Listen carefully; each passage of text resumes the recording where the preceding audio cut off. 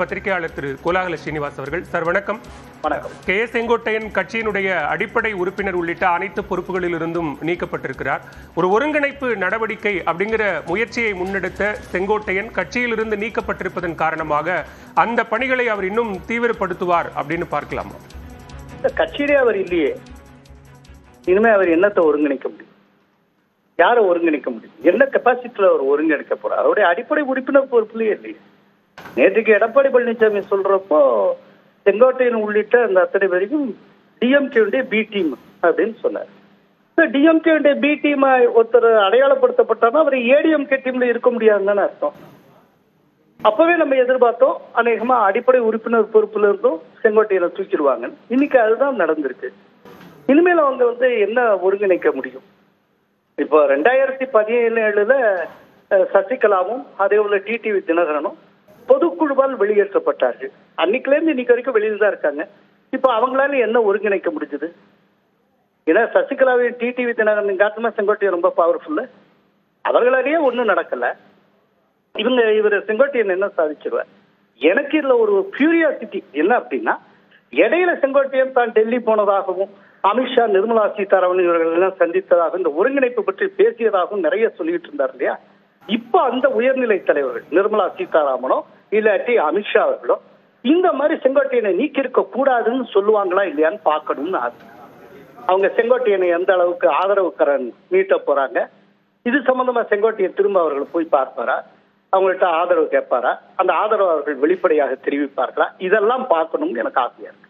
நீங்க சொன்ன மாதிரி கடந்த காலங்களில் எல்லாரும் தனித்தனியா இருந்தாங்க. ஆனா எதிர்வரக்கூடிய 2026 சட்டமன்ற தேர்தலில் நாங்கள் எல்லாம் இணைந்து பணியாற்ற போகிறோம் அப்படிங்கறத நேற்றைக்கு பசும்பொன்ல இருந்து அறிவிச்சிருக்கிறாங்க.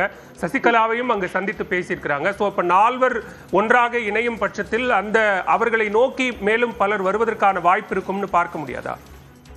எப்படி இப்ப இதுக்கு முன்னால கூட மக்கள் நல கூட்டணின்னு பல பேர் ஒண்ணு சேர்ந்தாங்க. அதோட எஃபெக்ட் என்ன இருந்தது? என்ன பெரிய அளவுல ஓட்டு வாங்கிச்சா? 6 கட்சிகள் சேர்ந்து 5% வாக்குகளை பெற்றனர். அவ்வளவுதானுங்க. இந்த இப்ப வந்திருக்கிறது ஒரே கட்சியில ஒரு காலத்தில் இருந்த 4 தனிநபர்கள். அவங்க சேர்ந்து என்ன செஞ்சிட முடியும்? இதுல ஒரு விஷயம் கிளியர் என்னன்னா, செங்கோட்டையன் நேற்றுக்கு வரைக்கும் ஏடிஎம்கேல இருந்தா இப்ப ஏடிஎம்கேல இல்ல. அப்படின்னா நிச்சயமா கோபிச்செட்டிப்பாளையம் தொகுதியில வேற ஒருத்தர் தான் போட்டியிடுவார். இப்ப செங்கோட்டையன் தனியாக போட்டியிட வேண்டிய ஒரு கட்டாயம் வந்துருக்கு. இப்ப இதை வச்சு அவருடைய தொகுதிக்குள்ளேயே அவருடைய செல்வாக்கு என்னங்கிறத இப்ப அளந்துடலாம். வர்ற தேர்தல் செங்கோட்டையனுடைய செல்வாக்கு என்னங்கிறத நிரூபிக்கக்கூடியதா இருக்கு. அவர் எந்த இடத்துக்கு வராருங்கிறத நம்ம பொறுத்து இருந்து பார்க்கணும். ஏன்னா அந்த எலெக்ஷன் முடிகிற வரைக்கும் அவர் கொங்கு மண்டலத்தும் அவரும் தலைவர்னு ஆளாளுக்கு சொல்லிட்டு இருக்கலாம். இப்படித்தான் 2021 தேர்தல் முடிகிற வரைக்கும் ஒரு மிகப்பெரிய தமிழகத்தின் மிகப்பெரிய அரசியல் சக்தியா டிடிவி தினகரனை அப்படியே கொம்பு சீவிட்டே இருந்தாங்க.